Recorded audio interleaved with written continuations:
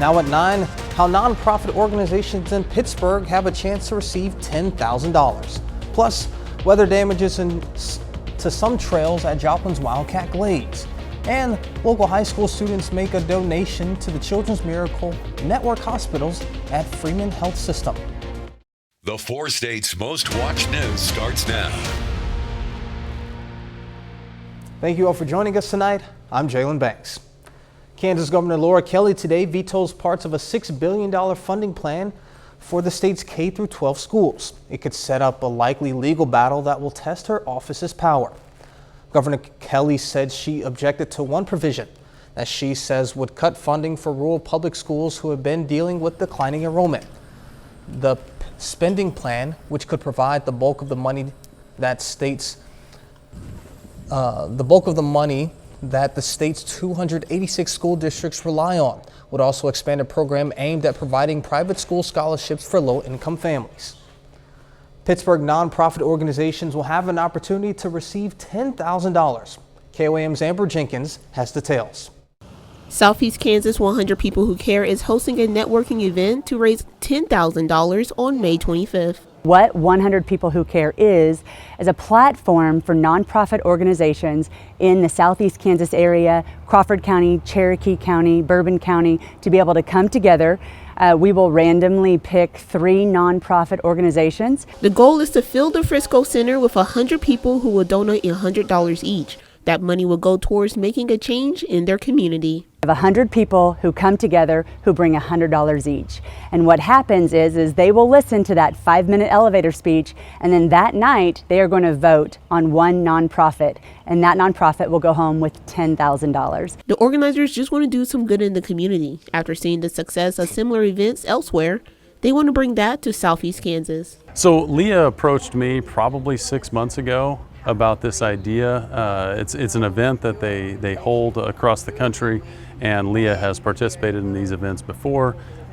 We both have a passion for our communities. The community is involved in helping put on this event. Catering, drinks, and even the event venue were donated. That means all the money will go towards one lucky nonprofit. Thanks, Frisco.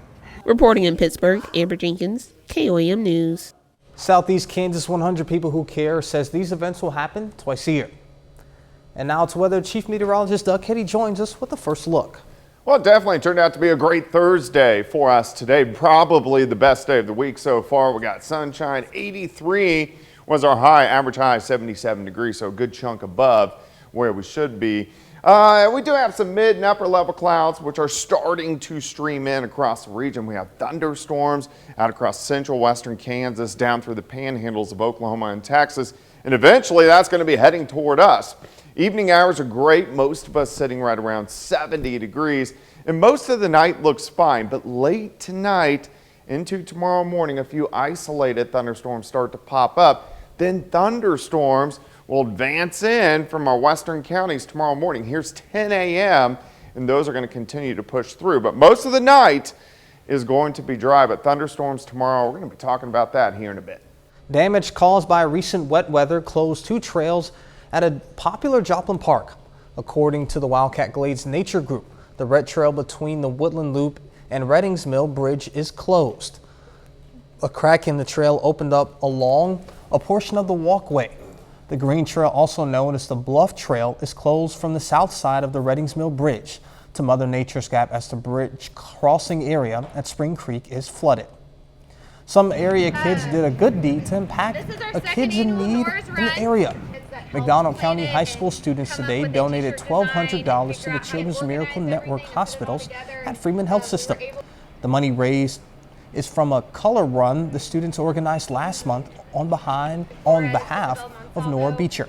Nora is the 6-year-old daughter of MCHS counselor Joseph Beecher. Nora was diagnosed with a hypothalamic hamartoma when she was 9 months old, and Children's Miracle Network has done a ton for our family and helping us pay for travel expenses and some of her medical expenses. And so Almost 50 people turned up for last month's color run. Fostering Hope of Southwest Missouri helps support and serve a local foster care community. They currently have a variety of programs that are in place to support, encourage, and provide resources to children in care, foster families, and agency workers. KOAM's Carrie Worthen has more on their initiative to bring flamingos to houses. Foster care is so important, and you know, just in Jasper County alone, we have nearly 500 kids in foster care at any given time. And you know, we're a pretty small community, so to think about that number is pretty staggering. Fostering Hope helps support and serve the local foster care community. This annual event allows them to raise money and spread some summer fun. So every spring we do this flamingo event, and we ask people to sign up and flock their friend's yard, and the money that we raise through this supports our mission. Flock a Friend is going on 6 years, and Executive Director Sarah Birch says it's growing every year and started out as an idea to raise money. Yeah, we partner with House of Bounce a lot and with Pineapple Bliss, and they have been great partners in this event. And Shayla, the owner of House of Bounce, it was actually her idea several years ago to do this event. This year's proceeds are going to help around 25 foster kids who are graduating from high school. Some of them are going on to college, some of them are moving out independently on their own. We've got a few people going way off to New York City out of state for big things. So we just want to come together as a community and shower them with our love, show them our support, and help them as they kind of gain their independence. When you flock a friend's or business's yard, the volunteers place flamingos in the yards and are guaranteed to stay in the yard for 24 hours, but sometimes they stay in for a little longer. We call them our flamingo wranglers, and they are the folks that kind of help us, and they go out and put the birds in yards, and then they're the ones that go and pick them up. In Joplin, Carrie Worthen, KOAM News. Fostering Hope has 2 caring closet locations to help provide basic needs for children in foster care in both Carl Junction and Sheldon, Missouri. Coming up, we'll hear from some health experts about new data over drug overdoses in the U.S. New health data is shedding some light on the uptick in deadly drug overdoses impacting the nation. Fox News' Ted Linder takes a closer look at the numbers and why they have some medical experts at a crossroads. New data from the CDC finds drug overdose deaths increased last year, citing nearly 110,000 overdose deaths, roughly 2% more than in 2021. While the rise is far from the 30% spike in overdose deaths back in 2020 and the 15% jump in 2021, the new findings for 2022 are puzzling because even though deaths went up, the CDC says they wound up leveling out for most of the year. The plateau leaves health experts wondering if the country has reached a point where drug overdose deaths will start to fall or if they'll only continue rising. Students, when we went to school, you didn't hear of kids dying. This is normal now. Kids know that their friends are dying. They know their friends are using drugs. I will encounter people that, oh, I've heard of fentanyl. Yeah, I heard it's quite an issue. And but my kids wouldn't do anything like that. Fentanyl still remains one of the biggest problems.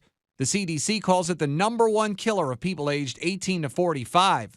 The powerful opioid is often used to lace other drugs, with many users unaware.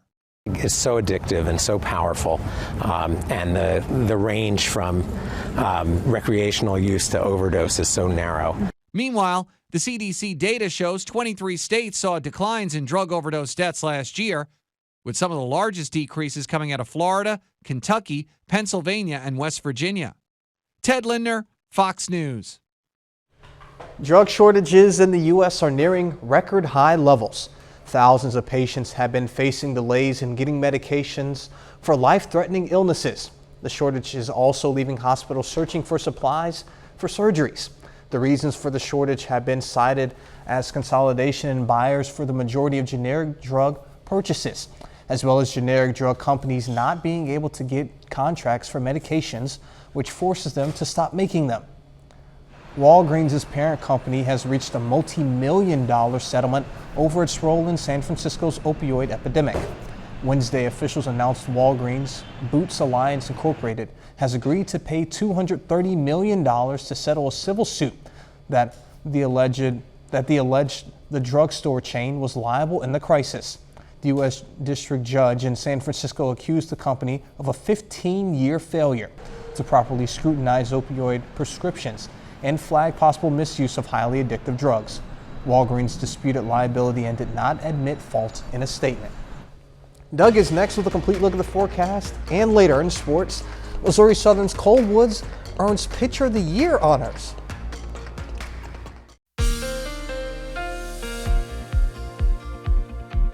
Hey, it definitely turned out to be a nice Thursday for us today. We had pretty good temperatures, lower 80s for highs, quite a bit of sunshine. We had the puffy cumulus clouds during the afternoon. Nice shot, Indigo Sky Casino and Resort, just outside, just to the west of Seneca, Missouri. All right, new drought tracker is out. These come out every Thursday. Of course, we've had the rain over the past week, so I was anxious to see what this looks like. And it is slowly improved, of course, still along and south of I-44. Pretty good shape. Once you get into Joplin, it's dry, and then a moderate drought once you get over toward Pittsburgh and Columbus, and then it gets a little bit worse once you get into like Bartlesville on the Oklahoma side. In Kansas, Coffeyville, Independence, Fredonia, we're talking about an extreme drought still, and much of the same from Chanute, Erie, and then it gets a little bit better once you get over on the Missouri side toward Nevada and Lamar. So we need the rain still. Temperatures, most of us are sitting right around 70 degrees. Let's go outside. Currently in Joplin, 72. Winds are pretty much calm. Humidity is at 59%. We do have those mid and upper level clouds starting to increase on the Kansas and the Oklahoma side. Showers, we have thunderstorms. This is all monsoonal, but here's our wave right out here pushing into western parts of Kansas. So we're getting showers, we're getting thunderstorms really west of Wichita, just north of Dodge City, and then some severe weather once you get down through the panhandles of Oklahoma and Texas. But what's going to happen, this cluster here is going to continue to expand and then drive east toward us all night long, and our rain chances increase by morning. Here's 9 a.m., 11 a.m., 1 p.m., 3 p.m., and then those chances will start to trail off just a bit. All right, let's step through about the next 36 hours for you. Clouds increase tonight. Here's 6 a.m. Showers and thunderstorms, far western counties. Thunderstorms drive in 8:30, so mainly on the Kansas and Oklahoma side. As we continue through the morning, showers and thunderstorms get into the metro mid to late morning. Here's 11 a.m. sitting into the upper 60s. And then periods of showers and thunderstorms through the afternoon. They may flare up a little bit once we get into the afternoon as the cold front sinks through. So there could be some stronger storms in our southern counties. I don't think we're going to see anything severe as of right now, but we may get some stronger storms along and south of I-44. Showers continue into the evening. Here's 6:30, and then the rain finally starts to taper off once we get into tomorrow evening. All right, 69 tomorrow, 71 Saturday, 74 on Sunday, 75 Monday. We get a nice weekend, nice to start off the beginning of the week, and then hit and miss storms start up again on Tuesday. Man, it's still getting some used to seeing rain like on the forecast. I know. I mean, went April so long. April was so dry. Yeah. So. All right, thank you, Doug. Coming up, running out of time to make a deal. There are just 2 weeks to go until the U.S. could face a potential default if the White House and Congress can't come to an agreement. I'm Lauren Blanchard in Washington with where things stand coming up. The debt ceiling is nowhere near ready, but the deadline is fast approaching. The Speaker of the House wants something to look at this weekend, but senators are skipping town for recess and the president is overseas. Fox News correspondent Lauren Blanchard is in Washington with more. President Biden spent Thursday in Japan ahead of G7 summit meeting starting Friday. While back home, a debt ceiling crisis is now just 2 weeks away. Negotiators have been working behind the scenes to find some sort of compromise. Speaker Kevin McCarthy has said he wants a framework deal ready by this weekend. He and his party have insisted any deal come with spending cuts, like what they put in their already passed bill. We told them we have to spend less. We told them we're going to negotiate only off our bill. And so we're sitting in the room trying to get this done where we can get this done to be able to move forward to stop our inflation, get us off the dependency of China, and get America working again. But without Democrats on board, the House bill will never pass the Senate. Meanwhile, senators are leaving town for recess. The negotiations are currently making progress. As Speaker McCarthy has said, he expects the House will vote next week if an agreement is reached, and the Senate would begin consideration after that. A group of Democratic senators are urging President Biden to use the 14th Amendment to go around Congress and deal with the debt limit himself. That move would likely face a legal challenge. Let's be clear. What the debt ceiling is about is paying money that has already been appropriated and spent. It has nothing to do with future budgets and future spending. Leader Schumer has told senators they will have a 24-hour notice to return to the Capitol if a deal is reached. In Washington, Lauren Blanchard, Fox News. Home prices are continuing to rise, leading many Americans to stay out of the market. A Gallup poll shows about 21% of Americans think now is a good time to buy a house. It is the lowest percentage in the 45-year history of the poll. Researchers say the sentiment is felt among all subgroups in the U.S. because of higher interest rates and home loans along with rising prices. The Federal Bank of St. Louis reports the median home sales price was $436,800 in the first quarter of this year, up than more than $3,000 compared to the same time last year. Parents will soon be able to put their teenagers in Uber vehicles alone. The ride-hauling system service is rolling out a new feature that will allow kids 13 to 17 years old to ride alone for the first time. Once their parents or caretakers hail a ride for them, teens will have to give the driver a unique PIN number. Then the app records audio during the ride and the parent can follow the trip's progress. Parents can contact the driver or Uber support team at any time during the ride. The CEO of one of major U.S. airline warns if more government regulations are carried out, travelers could be paying more to fly. In an interview, Delta Airline CEO Ed Bastian says the increased regulation for airlines will find its way into ticket prices. That includes rules over travelers' compensations and ticket refunds. The Biden administration says it will propose new rules requiring airlines to compensate travelers and cover their expenses if flights are canceled or delayed for a reason within an airline's control. Up next, we'll take a look at new photos and video captured of the Titanic and the new technology that made it possible. New digital scans show the Titanic shipwreck like never seen before. The Titanic went down in 1912, killing more than 1,500 people on board. Now deep sea mappings brings images of the wreck to life. A sea mapping company partnered up with Atlantic Productions for what is being described as the largest underwater scanning project. The team took more than 700,000 images to create a 3D model. The ship is 12,500 feet below water. Shoes unopened, champagne bottles and other possessions can be seen surrounding the ship. 30 more minutes of news, weather, and sports coming your way. How the Pittsburgh Police Department is celebrating National Police Week.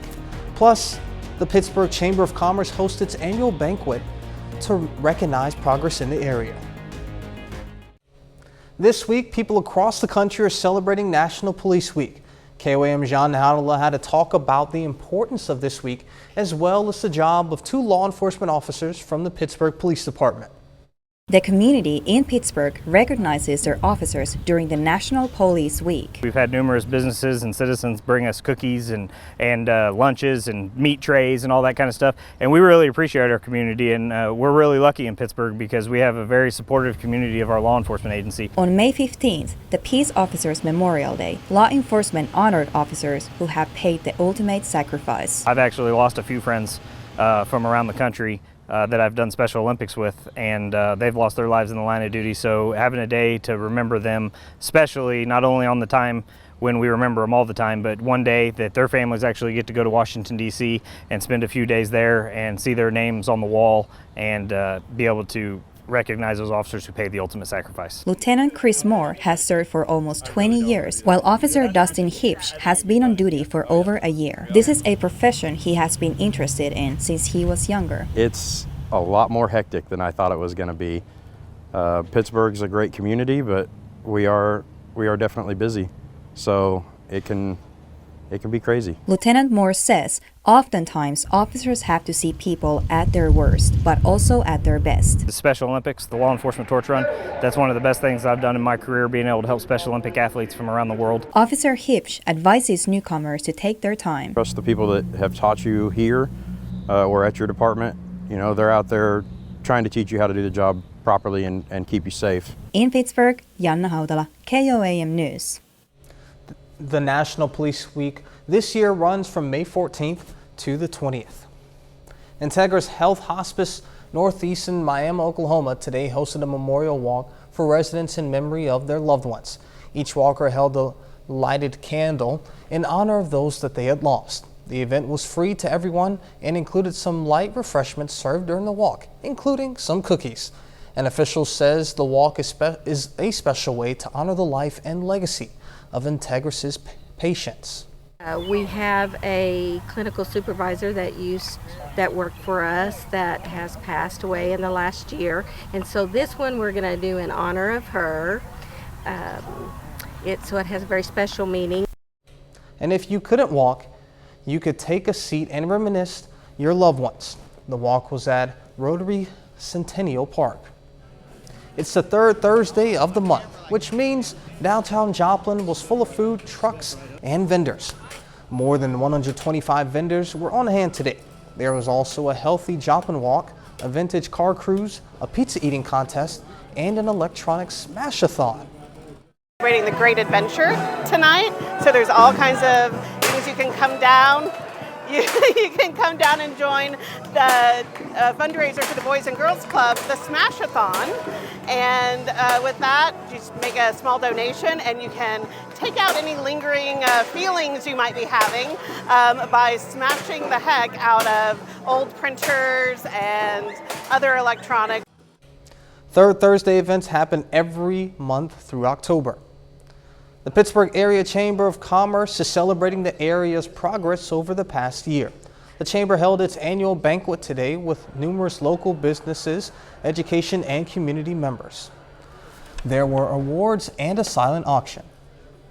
So what we have going on today is our annual Chamber Banquet. It's one of our bigger events throughout the year, and it's one that everybody in the community looks forward to. We have community business leaders, employees, co-workers. It's a great time for all the businesses to come and hang out with each other, but also celebrate what we have going on here in the city of Pittsburgh. The banquet was held at Pitt State's Overman Student Center. Kansas State University held a groundbreaking ceremony for its new Agrimony Research and Innovation Center. Reporter Joseph Robin was there to show us what it means for the future of the college. The land-grant university is adding another piece to the College of Agriculture. Governor Laura Kelly and Senator Jerry Moran joined K-State officials at a groundbreaking for the university's new Agronomy Research and Innovation Center. This new infrastructure will advance and expedite the school's capabilities in breaking new ground in agriculture. This Research and Innovation Center is first of its kind on campus to provide us the facility and infrastructure that's located in agronomy, at the agronomy farm, for all these transdisciplinary teams to come together and work to make agriculture more productive, more resilient, more efficient, more profitable, and more sustainable. The school raised $75 million and earned a $25 million state grant in a short time frame. Dr. Ernie Minton says the future is bright thanks to everyone's support. As we look to the future, innovations in climate smart crops and the kinds of things that are going to continue to make Kansas producers profitable are the kinds of things that we need to be involved with. And our neighboring states have invested, and so we're really thankful. The new facility will feature new innovations to help farmers and crops, including a visualization lab. Imagine having a visualization lab where students are working with a suite of networks and sensors that are embedded in soil and on plants to asymptomatically detect disease or crop stress that may become visible to our eyes 5 days later.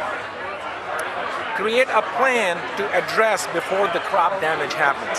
Minton, who's been at K-State for 40 years, says he never thought this day would come. The fact that it's really actually going to happen, it's tremendous, but more so it will be good for Kansas State University, the institution I love so much.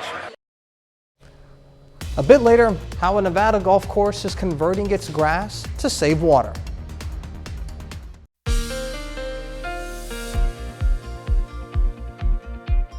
It definitely turned out to be a nice Thursday for us today, and actually a really nice evening out there right now. Temperatures sitting upper 60s to near 70 degrees. In fact, still 72 in Miami, 73 in Bonita. Stockton at 71 degrees. Much of the same in Chanute. Let's go to 7th and Rangeline, sitting outside at 72. Winds are pretty much calm. Humidity is at 59%. You can see those mid and upper level clouds starting to increase across the Kansas and the Oklahoma side due to our next storm system. You can see the wave pulling out of eastern Colorado down through the panhandles of Oklahoma and Texas. And this is the storm system, actually the very wall of rain that is going to head toward us, starting to uptick a bit between Colby and Dodge City and western Kansas, but it's mainly this batch that is going to head toward us. So you can see across the panhandles, a little bit of severe weather once you get through the panhandle of Texas. It's still a long ways away, and it's got to continue to kind of uptick over the next several hours and then push toward us. So I don't think most of us will even see rain until probably mid-morning. Here's 9 a.m., 11 a.m., 1 p.m., 3 p.m., then the chances slowly decrease as we go through the afternoon hours. All right, let's go through time. Most of us dry tonight. Here's 6 a.m. Showers, thunderstorms increasing in our western counties. Pushing in, here's 8:30 in the morning, rain picking up. Kansas, Oklahoma side. Not getting into the metro until about 10 or 11 o'clock in the morning, but we could see some stronger storms, especially northeastern Oklahoma down into extreme southwestern Missouri. Then we go to periods of showers and thunderstorms. Here's our cold front. It's going to slip south. So as we go through the afternoon, we could get some stronger storms, northeastern Oklahoma, from McDonald County, Berry County, over toward Branson, a few stronger storms.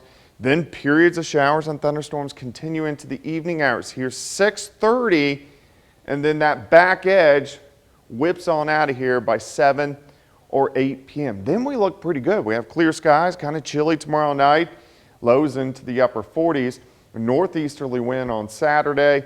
Temperature's great, right around 70 degrees for afternoon highs.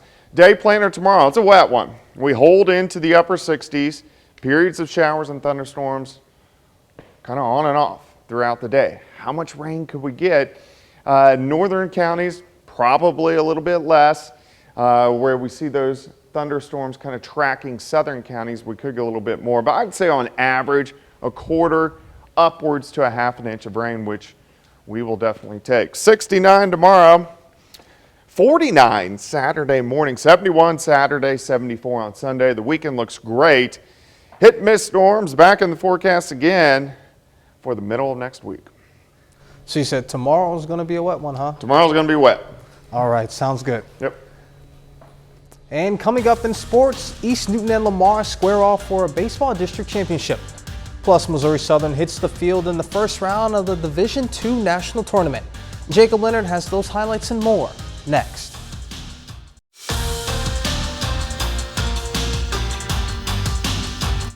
The Missouri Southern baseball team is back in the Division II National Tournament for the first time since 2019. And not only that, but the Lions have earned the number 2 seed in the Central Region. And they get to host a regional for the first time since 1992. Southern opens that regional tournament tonight against Arkansas Tech.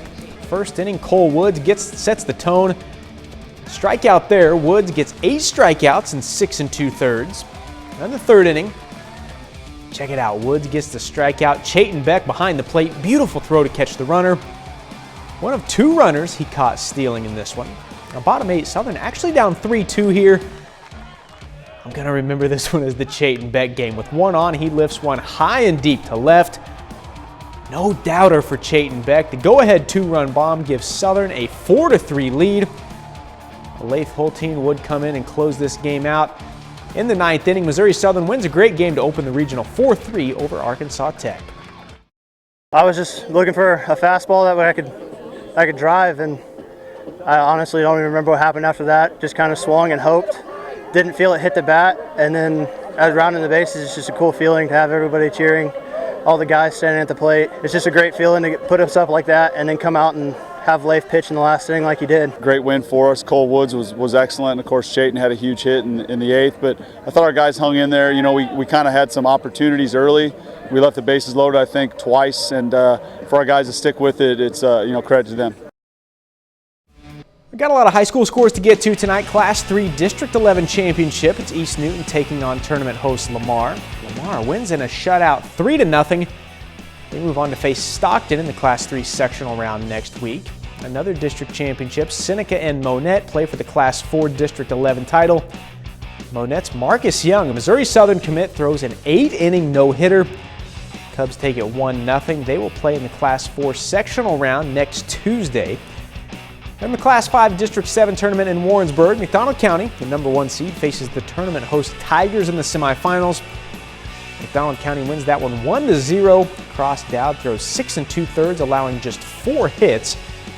They face the winner of this one. Webb City faces Belton on the other side of the bracket. Another great one there. Sean Hunt delivers the walk-off hit in the bottom of the 8th to give Webb City a 3-2 win. So it'll be Webb City and McDonald County for the district title on Monday. Well, the regional playoffs are complete for high school baseball and softball in Southeast Kansas. And on the softball side, 4 local teams have earned regional titles and a spot in the state tournament. In Class 3A, the Columbus Titans are headed to Manhattan for the state tournament. The Titans beat defending state champion Frontenac 2-1 last night on a walk-off single from Gracie Major in extra innings. Columbus is now 21-2 overall heading to state. Also earning regional titles this week, the Pittsburgh Purple Dragons. They won a 5A regional title on Tuesday, beating Bonner Springs 7-1. In Class 4A, Fort Scott makes the state bracket after beating Iola 6-4 last night for a regional title. In Class 2A, Jayhawk Lynn will represent Southeast Kansas in the state tournament. As for the baseball guys, 5 local teams have earned their spot at state. The Columbus Titans are headed back to Manhattan for the 2nd straight season, beating Frontenac 9-5 for a regional title last night. Humboldt will join them in Manhattan in the 3A state tournament. The Class 4A SEK champion Fort Scott punches their ticket to state, as well as their league rivals Chanute. Then in Class 2A, like there was any doubt here, Colgan earns a regional title and is once again headed to the state tournament in Great Bend. That's a look at sports. We're back with more news right after this.